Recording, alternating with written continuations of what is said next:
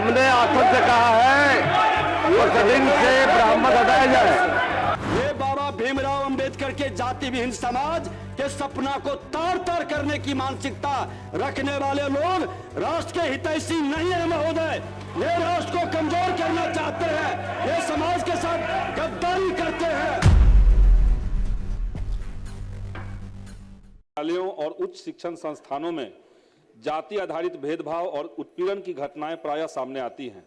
2016 में हैदराबाद केंद्रीय विश्वविद्यालय में रोहित वेमुला, 2019 में मुंबई के मेडिकल कॉलेज की छात्रा पायल तड़वी, 2023 में आईआईटी बॉम्बे के छात्र दर्शन सोलंकी आदि की सांस्थानिक हत्या कैंपसों में जातिगत भेदभाव और उत्पीड़न के प्रत्यक्ष उदाहरण हैं। यूजीसी द्वारा माननीय सर्वोच्च न्यायालय और संसदीय पैनल को दी गई रिपोर्ट के अनुसार 2019 से 2024 तक उच्च शिक्षण संस्थानों में जाति आधारित भेदभाव और उत्पीड़न की घटनाओं में 118% की वृद्धि हुई है। इसके आलोक में जनवरी 2026 में यूजीसी द्वारा इक्विटी गाइडलाइंस की घोषणा की गई, लेकिन इस गाइडलाइन को मजबूती से लागू करने की जगह ब्राह्मणवादी मानसिकता से प्रायोजित आंदोलनों के बाद सुप्रीम कोर्ट द्वारा इसे स्थगित कर दिया गया। हालांकि कर्नाटक और तेलंगाना की राज्य सरकारों ने अपने उच्च शैक्षणिक संस्थानों में जातिगत भेदभाव और उत्पीड़न के खिलाफ रोहित वेमुला एक्ट की संभावना का संज्ञान लिया है।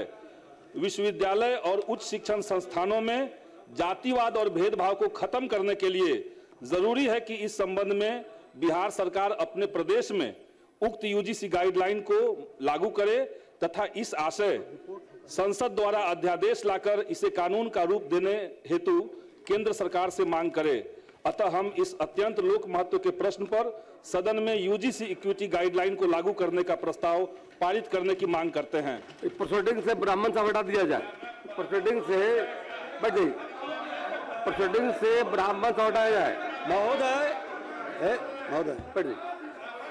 हमने कहा है हमने आखिर से कहा है प्रोसीडिंग से ब्राह्मण हटाया जाए। बैठिए, हमने आदेश दे दिया है। महोदय हमने कहा है प्रोसीडिंग से ब्राह्मण से हटाया जाए। माननीय मंत्री महोदय, इस तरह की सरकार का उत्तर हो रहा नहीं, ये सरकार की बात। बैठ जाइए, गलत कहा उन्होंने। महोदय मैं माननीय ब्राह्मण शब्द हटेगा उसमें से प्रोसीडिंग से हटा दीजिए। चलिए महोदय, जाति सूचक बात रही आएगी। माननीय सदस्यों से कहेंगे कि संविधान में विश्वास है, संवैधानिक संस्था का सम्मान करते हैं, तो इस तरह के भाषा का उपयोग कतई उचित नहीं है। सरकार क्योंकि आज किसी की भी मृत्यु पूरे समाज, पूरे देश, पूरे राष्ट्र के लिए क्षति होता है और हर समाज की सम्मान, जिसको संविधान में विश्वास है महोदय, जो संवैधानिक संस्था का सम्मान करते हैं, वो संविधान और संवैधानिक संस्था के निर्णय पर प्रश्न उठाकर ये संवैधानिक पद पर बैठकर संवैधानिक शपथ लेने वाले मानसिकता साफ झलकता है महोदय। हर समाज का मैं सम्मान करता हूं और इस तरह की मानसिकता समाज के अंदर जहां बोलने वाले लोग हैं महोदय, आज मेरा देश कमजोर करने में आप बैठिए, समाज के प्रति जो जहर सब लोग बैठ जाइए। वो राष्ट्र के हितैषी सरकार के द्वारा बातों को रखिए, सुनिए ध्यान से। ये कोई समस्या है, हर समाज के लिए है। मैं भी टेक्निकल कॉलेज में पढ़ने गया था महोदय, उस समय सत्ता किसकी थी? मैं तो भूमिहार ब्राह्मण समाज से आता हूं महोदय। यही मुजफ्फरपुर में रैगिंग कराया गया, हॉस्टल से बाहर निकलने के लिए विवश किया गया महोदय। मैं भी तो भूमिहार ब्राह्मण समाज से हूं। ये मानसिकता पर प्रश्न उठनी चाहिए, लेकिन जातिगत भेदभाव से ये बाबा भीमराव अंबेडकर के जाति विहीन समाज के सपना को तार तार करने की मानसिकता रखने वाले लोग राष्ट्र के हितैषी नहीं है महोदय। ये राष्ट्र को कमजोर करना चाहते हैं, ये समाज के साथ गद्दारी करते हैं। प्रभारी मंत्री विजय बाबू। प्रभारी मंत्री नगर विकास प्रस्ताव रखिए। प्रस्ताव आपका है, पढ़िए पढ़िए, छोड़िए ना। महोदय महोदय अध्यक्ष महोदय, मैं कंपनी अधिनियम 2023 की धारा 2395 के तहत भागलपुर स्मार्ट सिटी लिमिटेड का वित्तीय वर्ष 2016-17, 2017-18, 2018-19, 2019-20, 2020-21, 2021-22 एवं 2022-23 के वार्षिक प्रतिवेदनों की एक एक प्रति सदन पटल पर रखता हूं अब महोदय। शून्यकाल लिए जाएंगे, शून्यकाल लिए जाएंगे।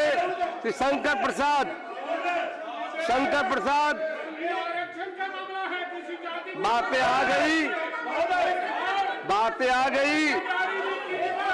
श्री शंकर प्रसाद, श्री गौतम कृष्ण, श्री गौतम कृष्ण, श्री गौतम कृष्ण, अभिषेक रंजन, अभिषेक रंजन, श्रीमती विनीता मेहता, बात आ गई। बैठ जाइए, प्लीज बैठिए।